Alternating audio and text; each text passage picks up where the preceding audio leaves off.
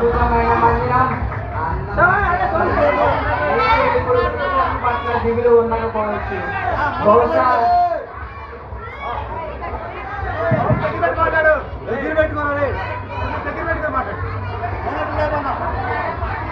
అద్భుతమైన మందిరం అందమైన యువరానికి నీకు ఇప్పుడు సిద్ధియోను పట్ల దిగులు ఉండకపోవచ్చు.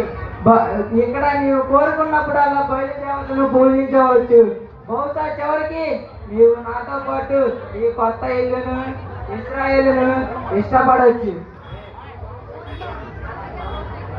బయలును నేను మాత్రమే పూజించాలా ఏంటి? ఆహాబు ప్రజలు మాట్లాడుతుంటే విసుకొస్తుంది నాకు, ఏకైక నిజ దేవుడు అని. నీ దేవతని ఇశ్రాయేలు అంతటా అందరూ పూజిస్తారు మహారాణి. రాజైన ఆహాబు ఇశ్రాయేలు రాజుతో ఈ విధంగా మాట్లాడడానికి ధైర్యం ఎవరు చేస్తారు?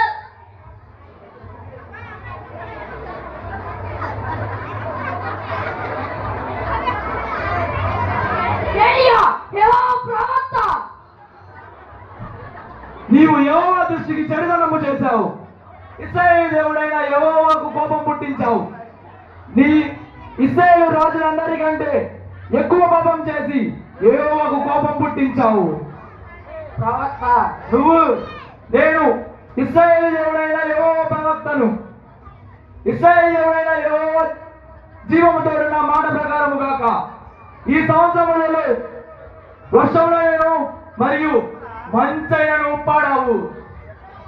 వర్షం కోసం నాకు నీ దేవుడు అక్కర్లేని ప్రవక్త, సాటి రాగలడా వాతావరణ దేవతైన బయలుకు? వర్షం కోసం మనం విన్నపాలను బయలుకు వినే వరకు బలులు అర్పిస్తూనే ఉండండి. ఈ కర్మకు కారణమైన వ్యక్తిని నా దగ్గర వరకు తీసుకురండి. మీకు యెహోవా ప్రవక్తలు ఎవరైనా కనిపిస్తే వారిని చంపేయండి. అంతటా వెతకండి, ఏలియాని మాత్రం పట్టుకోండి.